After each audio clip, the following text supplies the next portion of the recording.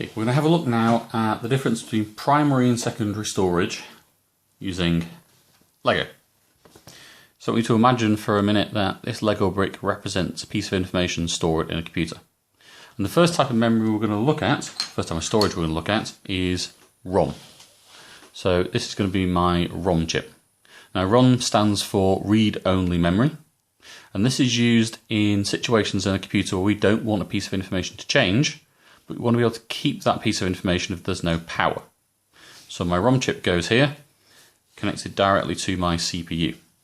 And in most computers we use this ROM chip to get our computer started. So we turn the power on, and there's enough information here to tell our CPU how to start. Now once it's up and running, our CPU needs some memory it can write to, kind of a read-only memory we can't change.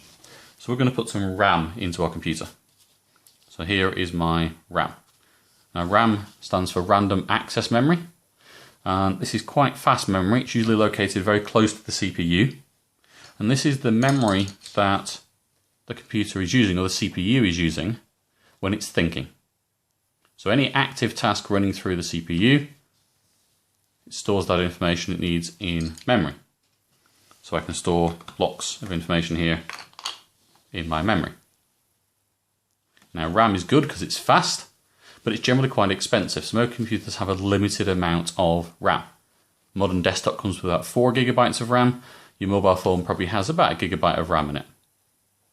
Now RAM has one big downside, which is that if we turn the power off, all the information in it is lost. You'll know this if you've ever had a power cut, or your computer's ever got turned off, you've lost all your information. So the CPU has to go back to the ROM chip when it's turned on to get booted, and then start putting things back in RAM. So we need a different type of storage. What we need is secondary storage. So pretend for a minute that this big block here is my hard drive. Now my hard drive is a lot bigger than my RAM, it can store a lot more information, but actually most secondary storage is stored much further away from the processor, so automatically it's slower to read and write from, and also generally speaking, the bigger a piece of storage is, the longer it takes to read and write information from it, especially in the case of a hard drive. So I can put information in my hard drive, but it takes much longer to get this information back to the processor. So I only put things in my hard drive if either I don't need them at the moment, but I might need them in future, or if I run out of RAM. So I fill my RAM up, so this is all filled up with blocks, then I'm going to have to store some of it in my secondary storage. So here's the key things. ROM, read-only memory, generally very small, used just to get our computer started. So it stores the bit of information to get it started. RAM, or random access memory, is our fast memory.